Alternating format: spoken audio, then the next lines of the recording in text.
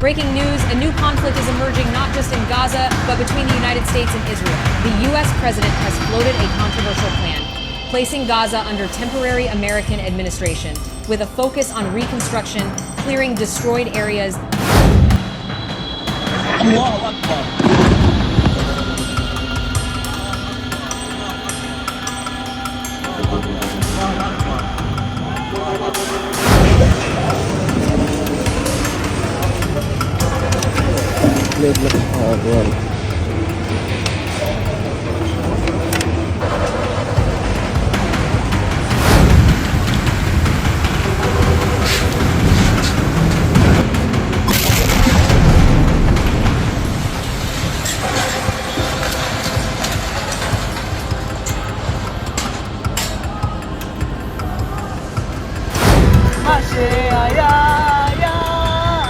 क्या वाकई अरब सेना तैयार हो रही है? क्योंकि अभी जो सऊदी और पाकिस्तान के बीच हुआ उसको लेकर तो यही लगा, उसके बाद अब कह दिया गया है कि और भी कई देश इसमें शामिल हो सकते हैं।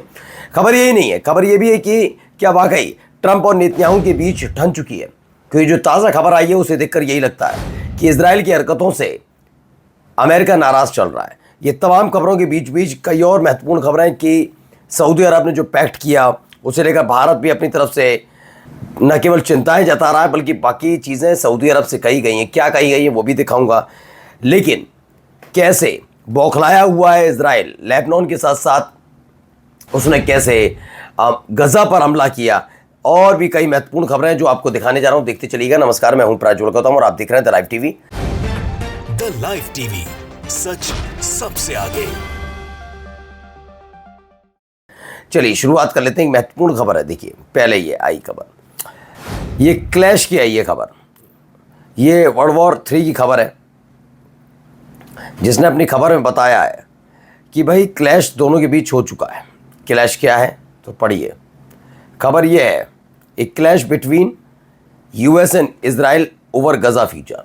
सब जानते हैं कि अब फिलिस्तीन को मान्यता मिलने ही जा रही है, लेकिन इन सब के बीच में पहले ही बता चुका हूँ कि अमेरिका का जो हित है वो ये है कि गजा में जो प्राकृतिक संसाधन है उसके, जिसका इस्तेमाल वो सीरिया इराक जगह जगह कर चुका है, वैसी चीज़ों का इस्तेमाल यहाँ पर भी हो।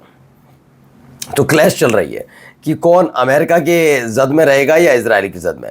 इन सब के बीच एक बुरी खबर इजराइल के लिए भी, पहले देखिए इनकी हरकतें देखिए।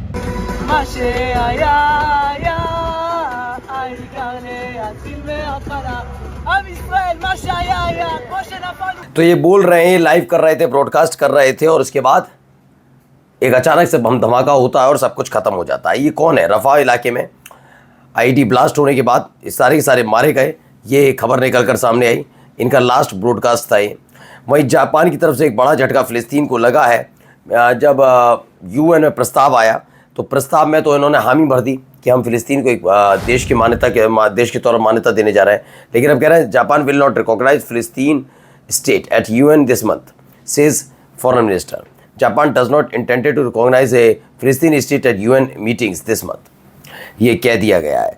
यानी कि आप सोचिए, जब पूरी प्रक्रिया हो चुकी है, अचानक से जापान का पीछे जाना, यानी जापान या तो दोगला है, या तो ये मान लिया जाए, या फिर बहुत बड़ा भारी दबाव है जापान के ऊपर।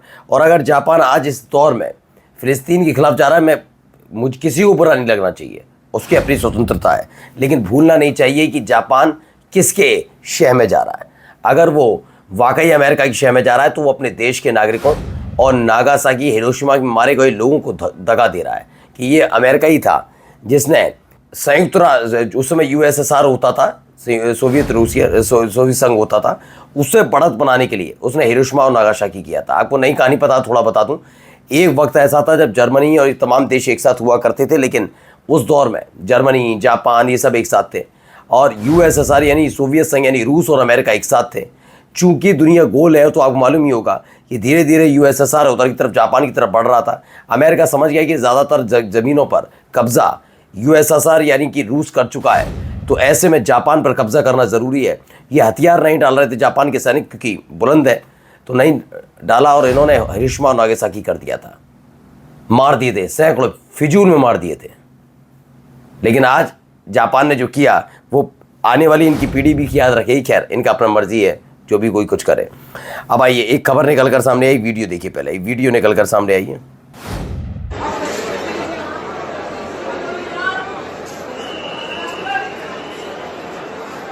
तो एक खबर है, पाकिस्तान ने 25,000 से ज़्यादा अपने सोल्जर सऊदी अरब में भेजे हैं और ये सऊदी अरब और यमन के बॉर्डर पर तैनात किए जाएंगे।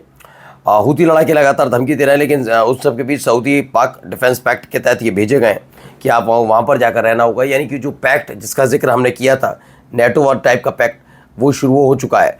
इसने चिंता बढ़ाई है भारत की। इंडिया ने भी दबाव डाला है सऊदी अरब पर to consider mutual interest after defence pact with Pakistan. लेकिन इसका कितना असर पड़ेगा, क्योंकि पैक्ट तो हो चुका है।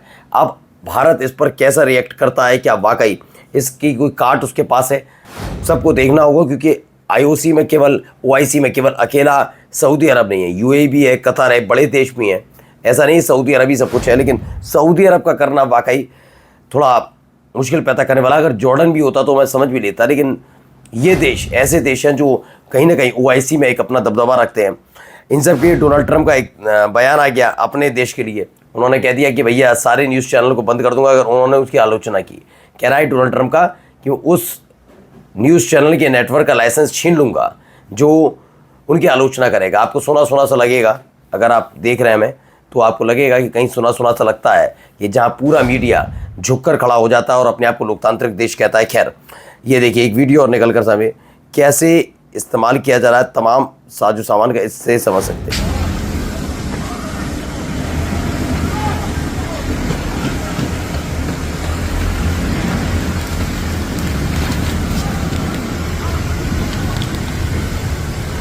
ये देखिए बम गिराए जा रहे हैं।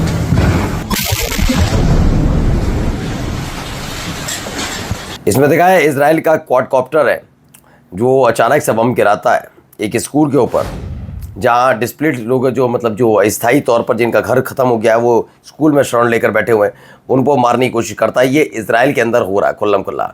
वहीं गज़ा में और क्या क्या हो रहा, इजराइल जो कर रहा है वो खुल्लम खुल्ला। अब गज़ा के अंदर क्या हो रहा है देखिए।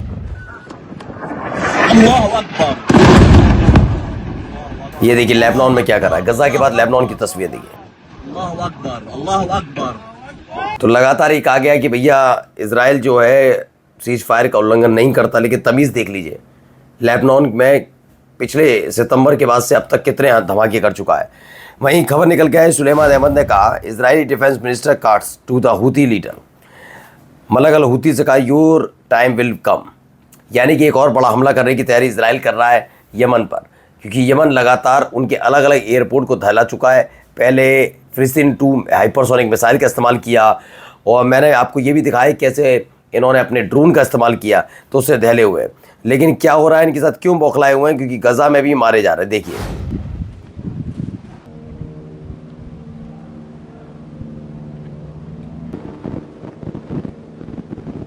ये देखिए अचानक से विस्फोट।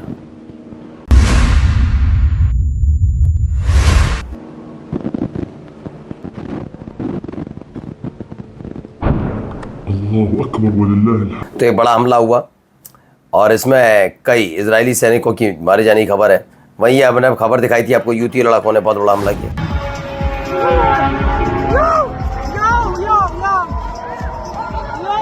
तो एक के बाद एक हमले जो हुए थे उसकी तस्वीर ये निकलकर सामने आई थी। Tommy Robinson ask 55 Muslim states but no room for Israel. America has 50 states that cover more land than the Middle East. ये तमाम चीज़ें हैं। टॉमी रॉबिन्सन कौन है आप जानते ही हैं। उसने कहा है, ब्रिटिश एक्टिविस्ट है टॉमी रॉबिन्सन, उसने ये पोस्ट किया है। लेकिन ये पूछा जा रहा है कि भैया 55 स्टेट्स है लेकिन इजराइल के लिए कोई घर नहीं है, क्यों होना भी क्यों चाहिए जिसने दूसरे के घर पर कब्जा कर रखा हो। अब ये खबर निकल कर आई थी, गिव दैम फ्लोरिडा। फ्लोरिडा के लिए जो फ्लोरिडा का हमने दिखाया था उसको लेकर लगातार ही कवायद चल रही है। और खबर देखिए, ये भी एक और खबर, क्या हो रहा है, हरकतें देखिए।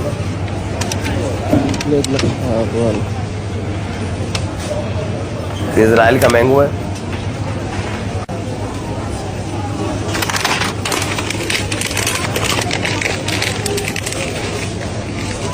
तो चोरी छिपे इजराइल के साजो सामान को बेचने की कोशिश हो रही है। इसका विरोध लगातार स्पेन में किया जा रहा है और पकड़े गए। Taliban official dismisses Trump's hope to take back Afghan airbase. तो ट्रंप ने ऐलान किया था कि भाई दोबारा से वो जो उनका एयरबेस था अफ़गानिस्तान में, पर वो उस वहाँ पर जाना चाहते हैं, लेकिन उसको लेकर अफ़गानिस्तान ने, तालिबान ने आंखें दिखानी शुरू कर दिया। और खबर ये भी निकल कर आई कि पहली दफ़ा है जब ईरान ने अपना MGT-70 गैस टर्बाइन शुरू कर दिया है और रूस ने भी फ़ौरन ही 40 ऑर्डर दे दिए हैं, यानी कि हालत ख़राब होने जा रही है। क्या वाकई बड़ा युद्ध छिड़ने जा रहा है? नमस्कार। द लाइव टीवी, सच सबसे आगे।